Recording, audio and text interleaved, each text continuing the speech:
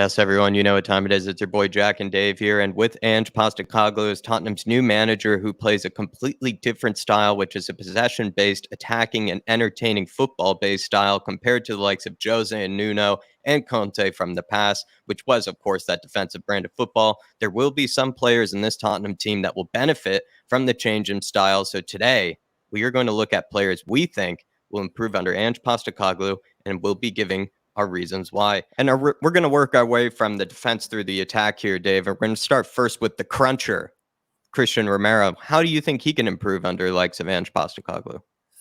I think the biggest thing with Romero, Jack, is the fact that we're going to be in a possession-based team. And when I look at Romero, I look at a player who is suited more to a possession-based team than a team on the back foot for the majority of the game. And I think being in the possession-based team, in theory, we're on the ball a lot more, which suits Romero. We know how comfortable he is on the ball, how good he is on the ball, and the passing range. Remember a couple of assists for Sonny last season from that centre-back position with a few balls over the top. So I think you'll get back to seeing the Rolls-Royce defender that many praised last year towards the back end of the campaign, Jack, when at that time, I think people are very quick to forget because of what went on the season just gone. But the season before that, we were playing attacking football. We were scoring goals, and it really suited Romero. And that's where a lot of Romero's praise came from, Jack. But then last season, obviously, went completely tits up. And, he didn't look like the Rolls-Royce defender that we used to see him. I feel like what probably happened is that his defensive mistakes definitely overshadowed the likes of his actual on the ball ability. And I've said this before about the likes of Romero is that he is, he loves crunching people, loves absolutely tearing people apart, getting, the nasty challenges in. But at the same time, he likes to make runs forward. You'll see him often, standing right next to Harry Kane, if not even higher in the box than the likes of Harry Kane. And Ange Postecoglou, when you see him screaming on the sidelines, play forward, pass the ball forward, stop passing it sideways. I think Romero will absolutely love that. I don't even think there's any translation needed. He'll exactly, fit into that sort of mentality and that sort of kind of, I guess, principle, the likes of Postecoglou. Of course, I think too, when you're playing with a very sort of, let's say, risque kind of high pressing kind of system where you can get easily counterattacked with very pacey players or good hold up play, I think you need a center back that's kind of willing to, trust himself to make a challenge that could end up actually being sort of the, maybe a goal saving sort of kind of challenge or decision, right? And Romero, whether he gets it wrong or right, he is, has his conviction, right? He doesn't sort of stand there in no man's land, kind of like I've seen Ben Davies do in the past. He knows exactly what he wants to do. He's going to either sit back, maybe track him, or he's going to go in there and he's going to absolutely crunch him. So I think everything about Romero, from just the fact that he loves making the challenges to the fact that he's actually a lot better on the ball than maybe people either maybe remember, or it's just maybe one of those things that, it just gets a bit overshadowed by some of the defensive mistakes that he has made this season. Sorry. Yeah, I also think that Ange's style was suiting because a lot of people talk about his rashness, like you were alluding to there, Jack, and about the amount of yellow cards he picks up. But you got to remember, he's been playing under defensive managers, being in the possession-based team and being the player Romero is. I think his confidence will come back. I think it'll suit Ange's system. And we'll get back to talking about the Romero that we know and love, whose challenges are calculated, but also very good on the ball. And we'll get back to giving him the recognition that I feel he deserves. Let's maybe move on into the midfield, Dave. And I feel like in this midfield, we're, of course, going to talk about Bissouma first, and then we're going to talk about a young starlet in the midfield as well. But Bissouma is maybe the first one to go for. And I feel like where I first see him, kind of playing in this team is that deeper number 6 role. And before I kind of maybe wax lyrical about why I think he'd be best in that role, do you kind of agree with me that that's where you could see him playing in this sort of Ange Postecoglou team? Is he going to be playing deeper? Is he going to be playing a bit higher up? Where is he going to be playing? I think, Jack, I think he can play anywhere in the midfield, to be honest with you. I think he can play a 6 or in one of them number 8 roles that Postecoglou likes in his midfield. I think he's good enough to play both. Look, you got to remember last year, Bissouma, it was a nightmare season for him. He had a few injuries. He had the COVID that he never really recovered from as well. And But we all know from the player we've seen at Brighton, there's so much potential in there. And in Conte's midfield system, because there was only two and they're often outnumbered, it was very regimented. There were, Basuma's one of them midfielders that you just need to let him off the leash. You need to let him be free. Let him go and chase the ball down, harry the ball down, but also let him get on the ball and affect games like he was doing at Brighton. Get on the ball, run at teams, do these lovely 1-2s and stuff like that, and get Tottenham up the field and attacking. And I think he suits Ange Postecoglou's system, more in an 8, I would say, Jack, than a 6. So I just think the fact that, if you just let Basuma be good at what he's good at, let him go and hunt the ball. He'll help in the press. Yeah. He's strong in the tackle as well, which Ange Postecoglou would absolutely love. It means he's turning the ball higher up over the pitch, which means then you're taking out half of the opposition team because of how high we're turning it over. And then I think you start to see the very best of Basuma. He's got a good pass on him, but he's also not afraid to unleash a shot as well. And I think, under Ange Postecoglou, I think you'll get a lot more out of Basuma because let's be honest, it's not hard for him to upgrade on what he done last season. Last season was terrible for him. But under Ange's system, I think this is a guy that's going to thrive, and I think we'll get the Basuma we were expecting from his playing days at Brighton.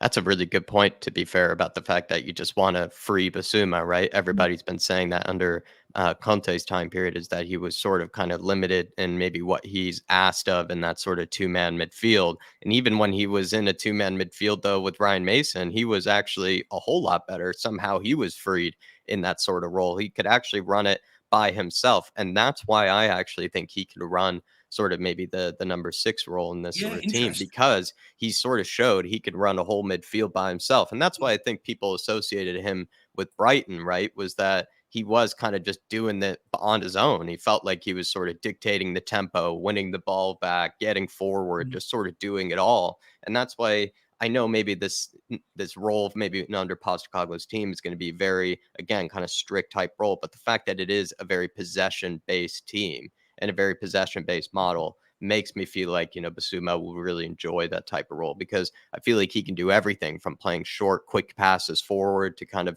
get the ball going kind of in more of a vertical sense up the pitch, or he can spray it long and, spray it wide and be able to switch play if need be. He has a huge range of passing that I think maybe other players in our team maybe don't. And the other fact is, too, when I think about it, we need a player in that deeper role that's press resistant, a guy that can basically shake players on his own, know when to make the right time to turn, know when who's behind him, etc. And Basuma seems exactly to be that sort of guy. Last point, really, too, is I heard this from somebody who's maybe more of an expert on the Serie A, but it wasn't even a point about Spurs. It was just a point about the player in general. They said Bentancur actually sort of more or less didn't really do as well as a deeper number 6 role or a deeper defensive midfield role at the likes of Juventus. He's always played a bit better as just sort of a regular center mid, as sort of a number 8. So when Bentancur comes back from injury, I don't know when that's going to be. Will Basuma, have to, one of them have to figure out a different team or a different role, should I say, because we both want them in the same team, but which role, is best for them. I'm thinking this summer, Basuma, takes a bit of an apprenticeship in that number 6 role under the likes of Ange Postecoglou. I think you make a great point about Bentancur's injury, Jack, highlighting that, because it actually gives Basuma the chance from August up until around October, November, when we expect to maybe see him back. It gives him that chance to cement his place in the midfield and become the main man. And then it's up to the likes of Højbjerg at the minute, Skip, and then Bentancur when he comes back from injury, Papa Matasar to fight it out for the other positions.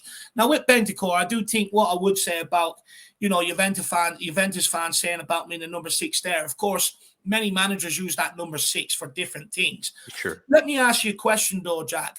With Postecoglou, right, the number 6 role in his midfield is the most regimented out of all the other positions. The number 8s are very free to sort of get up, get into the box, get up with the striker, get involved with play. But the number 6, he does like to sort of hold in front of that back line to sort of form a back three or screen in front of that back line when we are in possession. Would that counteract to what Basuma is good at, though? Or do you think Basuma might lose the love for the game at Tottenham if he is put in another sort of regimented role? Now, of course, it's not as regimented as Conte's. There is freedom in that role to sort of move side to side and look to get on the ball, but it's still restricted to what the number 8s are in a Postecoglou system. That's a good question, too. I think what I'm laughing at is that Bentancur, right, also I feel like wants to be free and also Yeah, wants to play like in a sort of a progressive yeah, type of role, but loves to also get stuck in. He wants to play that yeah. number 8 role. He wants to be able to do it all, get up and down, sort of be that all action midfielder. And Basuma wants to do the exact same thing. And it's just sort of which one wants to take this type of role in Postecoglou's team, which guarantees them starting position. And maybe they can also make it their own. Maybe they can sort of make it their own sort of flair. They can add their own sort of style and, sort of a personality to it, if you will. And who knows, even Postecoglou can make a slight adjustment, knowing the fact that he has those two midfielders eventually both healthy at the same time and how brilliant they could Mhm, both be together, kind of just running the show themselves. And I think the one issue is that I just think both of them probably don't want to play that number 6 mhm. role. So who ends up wanting to play the number 6 role? I think it's probably for another conversation, but it looks like it would be maybe like a Hoiberg or something like that. But See, it all depends what system he wants to fully implement. Because although a lot of these systems sort of say the same, the 4-3-3. Now I know on the Australian national team he played more of a 4-2-3-1. It'd be interesting to see if he reverts that and gives Spurs fans something completely different that they weren't expecting. But in the 4-3-3 system, he's got two sort of systems that he plays with. One where the number 6 sits in front of the two central defenders, and if you like, screens in front, but sort of forms a back three and allows the wing backs to get forward and affect play. But the other one is that where whatever side the ball is on, and we've seen this a bit under Pochettino at times. So if the ball's on the right, he'll get the left wing back or the left back, sorry, to sort of move in and form that tree, which then allows that number 6 then to maybe get up with a bit of play. And maybe freeze them up a little bit. That if you are looking at putting a Basuma or a Bentancur in that midfield as a number 6, I think that system would suit them more, where the opposite fullback sort of comes in and forms that back three. It gives them a bit more license. So I think it just comes down to what system Postecoglou wants to implement, because he does change it up from club to club slightly. So it's interesting. Another technically gifted midfielder we need to be speaking about is Papa Matasar, and we actually have highlighted him over the likes of Skippy here. Then the reason really being is that this is, again, going to be a very possession-based team here, everybody. So I'm actually thinking Papa Matasar is not worth sending out on loan. I actually think he's worth keeping around. He has players like Bentancur, Basuma to maybe look up to as well as learn from. You sort of feel like he can take a little bit of both from each of their game, because they both, know how to win the ball back in kind of clever ways, and he can learn from that, especially Bentancur, the fact that he has those big, long legs, sort of like kind of Papa Matasar does. They can sort of kind of learn from each other that way. But also the way that we were talking about how like Basuma sort of can just run the show on his own. It feels like Papa Matasar is sort of a guy that also kind of wants to be that type of player. He seems to always want the ball. Even when we've been in bad sort of games or bad sort of positions, he hasn't really shied away or anything like that. He always seems like a very brave type of kid and a brave type of midfielder, and loves to either surge past players or spray passes forward. And we know, then I've always joked about, if he ever gets an opportunity to shoot from 40 yards, he definitely will do so. He seems to really back his sort of ability to strike a ball. But again, I feel like Papa Matasar, I sort of feel like he's not really going to learn as much maybe on a loan unless it really is well hand picked out for him and well catered to him. I think he'll actually learn a lot more from just, again, sticking around at Spurs. And some people in the beginning of this last season, well, Conte said, oh, we should send him out on loan. And I actually think originally said Papa Matasar should stick around and actually should see if he can get a chance in the Spurs team from time to time. And look, he did get his chance and he stayed healthy and he was able to take that opportunity. I don't think he did anything really all that wrong from the Southampton really red card. But so I really like Papa Matasar. I feel like he's a guy that sort of has both, sort of elements of Bentancur as well as Basuma in him. I feel like he is a very talented midfielder, and this sort of high possession, sort of team, this sort of high pressing team, I feel like is only going to suit him and is only going to, get the best out of his characteristics. What would you say, Dave? For me, I agree with you, Jack. I don't think there's any more point of loaning him out to Mets or teams like that. He's beyond that, in my opinion. And I actually think he'd be benefit from sticking around, because even if he doesn't start the season under Ange Postecoglou, I predict he'll be ahead of the pecking order of Ollie Skip by the end of the season under Ange Postecoglou. But look, Jack, the reality is we haven't actually got to see much of him at Tottenham, and that's purely because Conte is an ageist. We know he doesn't like playing younger players, although I feel I've seen a lot more from him, and let me explain why. Crystal Palace, we were awful, absolutely awful. Couldn't compete with them in the first half. Ollie Skip was atrocious. Højbjerg was atrocious beside him. We bought on Papa Matasar, and all of a sudden, we started looking good in the middle of the park. He's getting on the ball, moving it left, moving it right. The San Siro is another one that I'll bring into, to highlight my point. He was better than Ollie Skip on that day. He showed more on the ball and also done all the defensive work that Ollie Skip done. So for me, I think Papa Matasar is a much higher ceiling, Jack. It'd be interesting whether to see Conte sees him as a 6 or an 8. Me personally, I see him more as an 8. Yeah, same. Someone that you can use his big long legs, and his energy that he wants to provide, that he wants to get around the midfield. I think a number 8 would suit him perfectly. And one thing that I constantly is in my mind since the San Siro is at one stage you got the ball in more of an advanced role, and usually we're seeing players just used to moving it sideways. Papa Matasar picked up that ball and he done something that I haven't seen since Modric left here, and that was where he picked up the ball and sprayed it out to the right hand side, clipped it over one of their players in a forward motion for one of our players. I can't remember who it was at the time, but for the player to run on, first touch, get it out his feet, get it in the box. So Papa Matasar has that clear ability. So for me, it's just about utilizing it, unlocking it. And I think the energy that he provides and how good his all-round game is, the fact that he gets stuck in, that he's good on the ball, he's composed, and he's not afraid to get on the ball and run through the heart of the midfield as well. I think there's a lot of characteristics in there that Ange Postecoglou will like and that he likes in his midfielders. And I think we'll be talking a lot more about Papa Matasar towards the end of the season when he effectively makes Skip redundant. He's supremely talented, supremely talented. Let's move on to our attack, and feels like we can move on to the big names, but I want to talk about another, what I conceive to be at least a very supremely talented player, Brian Hill, about him, because it's all about what he can do, right? It's all about what he can prove to us, because he seems to be, again, a talented kid and seems to have sort of that ability, but he always doesn't seem to either show it with maybe the end product of the assists or the goals. And when you actually watch him, I think a lot of people are pleased with what they see, but he needs to, I think, start coming out with more goals and assists. But also what's interesting is he's going to need to come out and make it clear whether he actually wants to be at Spurs or not, and whether he wants to be a part of this Ange Postecoglou team. But what I would actually say about Brian Hill is that I feel like, again, this is all related, to each other, but he wants, like, again, technically gifted players, it feels like, this Ange Postecoglou. And he feels like in this high possession based team, high pressing team, technical players, these are all things that maybe suit Brian Hill. He likes to press. He seems to love to work off the ball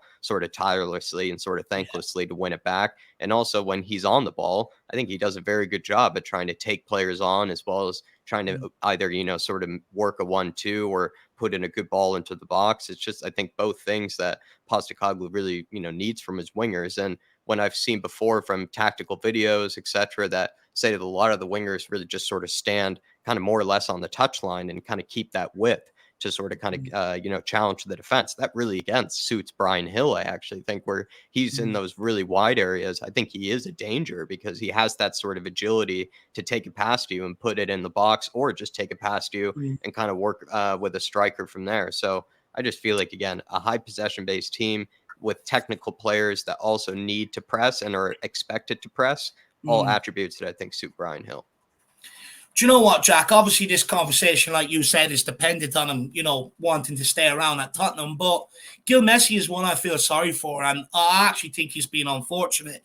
We brought him in under Nuno, defensive man. Drew likes to get more defensive players on the pitch than attacking players, same as Antonio Conte as well. And Antonio Conte especially wants ready-made players. And to highlight my point that Conte's an ageist and only wants ready-made players. If, he doesn't even look at the talent, he just looks at the age and he's like, no. Is that, you go back to January, right? Gil, he came off the bench in a couple of Champions League games, caused a lot of nuisance for defenders, like you said, relentless pressing, tireless pressing. But also, remember that Crystal Palace game? He started, he gave an assist to Harry Kane, and he was absolutely brilliant on the night. Yeah. But all of a sudden, then, just as he's finding his feet at Tottenham, Taken out. He shipped out on loan in January for Danjuma to come in. What was the point? There was no point in it. You should be giving someone like Gil their minutes. But because Danjuma is more ready-made, apparently, That's why we made that move in January, and it should never have happened. So I actually feel like Gil has been unfortunate, and I feel sorry for him in that regard. But look, Jack, for me, I think with Gil on the left or the right, don't get me wrong, I think he can play there, right? But I think it restricts his abilities and his talents, because whether you play him on the left or the right, it's very easy just to show him on the outside and out-muscle him off the ball, right? But what we need to do with Gil is move him into the midfield. You know, that's what Harry Redknapp done with Luka Modric. You know, Modric started out at Tottenham on the right-hand side, and he was good. But sometimes physically, it was just, you were seeing defenders showing him on the outside and out-muscling him. Harry Redknapp said he's too good to leave out of the team. I'm going to move him into the middle. And everybody around Harry Redknapp told him, don't do it. It's absolute suicide. Well, Modric never looked back ever again and went on to win a Ballon d'Or. And it unlocked Modric's talents, because all of a sudden, rather than being restricted out wide where your touch has to be close, which allows defenders to get close to you, in the midfield, he can knock the ball a couple of yards to the left, to the right, which meant, you know, midfielders could not get up tight to him, and they were often left trying to scrabble and hang on to the back of his jersey, which opened up the whole pitch for Luka Modric in front of him. If you can move him inside, preferably it can, but if in that 4-2-3-1, if that's what Postecoglou wants to replicate from his time at Australia, or in the 4-3-3, why not give the guy a go in the number 8? He's got the work rate. He tirelessly presses, which should help the forward line. And you put him in a position then where he can go left or right, take players out of the game, which is what you need through the middle of the pitch to create the spaces. But also, even if they want to foul him, he's going to pick you up a lot of set pieces, a lot of free kicks, which then slows the game down, keeps it in the opposition's half. That means we're in there a lot longer. And when you're in the opposition half a lot longer, by the law of averages, you're going to score goals. So for me, it makes sense to keep Gil around if he wants to stay and actually move him inside. Kulusevski is another guy that I think we can actually move into that number 10 position and actually move into the midfield. I feel like Spurs are looking for a creative midfielder right now. We're linked with Madison, linked with the tons of other players. But when you think about it, Kulusevski has said in the past his favorite position is actually playing as the number 10 and is sort of playing a bit more in midfield. And when you sort of look at it, it feels like, in again, a team that is going to have a lot of the ball, Kulusevski could also be a very talented player to use in that sort of position where he's strong enough to hold players off. He seems like he's always good at spinning guys and being able to roll his defender as well. And he also has that shot from range. When he needs it, he can curl it from far. And it feels like if he was maybe often a bit more in field, he could go for some of those sort of efforts from range. Because I think maybe one of Kulusevski's best attributes that sadly we haven't been able to see this season, because I think he's just been very off form. But I think what made him such a good player originally was that he actually had that finish that we actually were missing from Lucas Moura, Steven Bergwijn, players like that, right? He was able to finish a lot of the chances that he creates for himself. And what he really needs to do, I think, is just get in a, sort of a position that gives him that confidence again. Whether it's the right wing and sort of a Postecoglou team, I'm not sure, but I actually think it could be that number 10 role in behind the striker. And it'd be interesting to see if Kulusevski, like I said, playing in quote unquote his favorite position, could be an interesting sort of role for him. Look, Jack, first of all, I'm surprised to see that maybe some of the split in the fan base on Kulusevski. For me, I really like the guy, and I think it's a no-brainer to absolutely, buy him in here, Jack, and take up that option. For me, I think, obviously last season was disappointing, but he suffered a hamstring injury at a key time, and by the time he came back, Spurs were already on a rapid decline in terms of performances. And, one player alone is never, ever going to be able to turn that around. So he suffered as a consequence. But people have to remember, the season before, in half a season, he was posting better numbers than Saka. Everyone raves about Saka. For me, the hamstring injury and Tottenham's form really curtailed him last season. But you get him into an Ange Postecoglou team where a lot of his time as a winger will be spent out wide, keeping to the byline to drag players out and create that space in the middle for us to attack through. I think someone like Kulusevski is completely ideal for Ange Postecoglou, Jack. And I think, again, the reason why he suits the wing more to someone like Gil is purely because if you look at Kulusevski, he can actually use his strength if he wants to cut inside, or move on the outside. And he does both. We've seen that. Like you said, Jack, he's got delicious crosses when he cuts in on that left foot. But how many times have we seen him go down the byline, cut in across the goal line, and pull the ball backwards? And that's his strength, and it gives him that option to hold defenders off and do that. That's why he's more effective out wide. And he's a good hold-up play. And as well, Jack, I think you'll get a lot more. I think Ange Postecoglou will get a lot more out of someone like Kulusevski than what Conte did, purely because Conte used Kulusevski more as a guy to pick up the ball from one end of the pitch and hold the ball, run with it, and get us up the other end of the pitch, right? Whereas, like, when you're asking Kulu to do that 10, 15 times a game, it becomes very tiring. And that's why you've seen him tire towards the end of a lot of games last season. Whereas in Ange Postecoglou's team, he's going to be in the final third. So when you're getting him the ball, you're going to see a lot more explosive movements out of him because he's not carrying the team up the pitch 10, 15 times a game. That's a good point. I also take your point that he can move inside. I look at him more as a striker, a Harry Kane mode, than I do actually as a Cam, Jack. And the reason why is because when I look at Kulu and Kane, I think there's a lot of similarities in terms of their build, their strength, their hold-up play. Kulu can run with the ball, but he can also finish.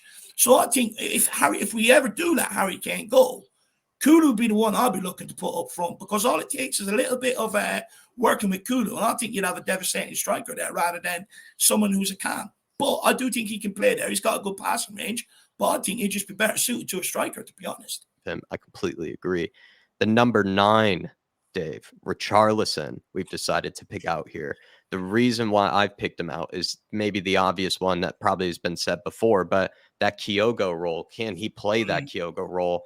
I feel like if we are going to try to get the best out of this 60 million, this could be his best opportunity actually to maybe show Spurs fans why we brought him in the first place. He does get sort of a huge season playing in this sort of Kyogo role, I feel like, because it is going to be a role where you're not as involved in, let's say, the build-up play. You're not dropping deep. You're not always playing really necessarily the 1-2s to sort of get the team forward. You're actually making more relentless runs and sort of more, again, those kind of tireless, thankless runs in behind to sort of be a nuisance to the defenders. And also as well, because you have that pace, and also as well, and I think in Richarlison's case, he has a bit of that pace, but also that hold-up play, so that if a defender does track him, and if we do play him in behind, he can actually hold it up for us and get us up the pitch. But also another thing too is that he can be that presence in the box whenever we do have the ball out wide. So I feel like Richarlison, again, I feel like if we made him less involved in the build-up play, less involved in sort of the build-up play that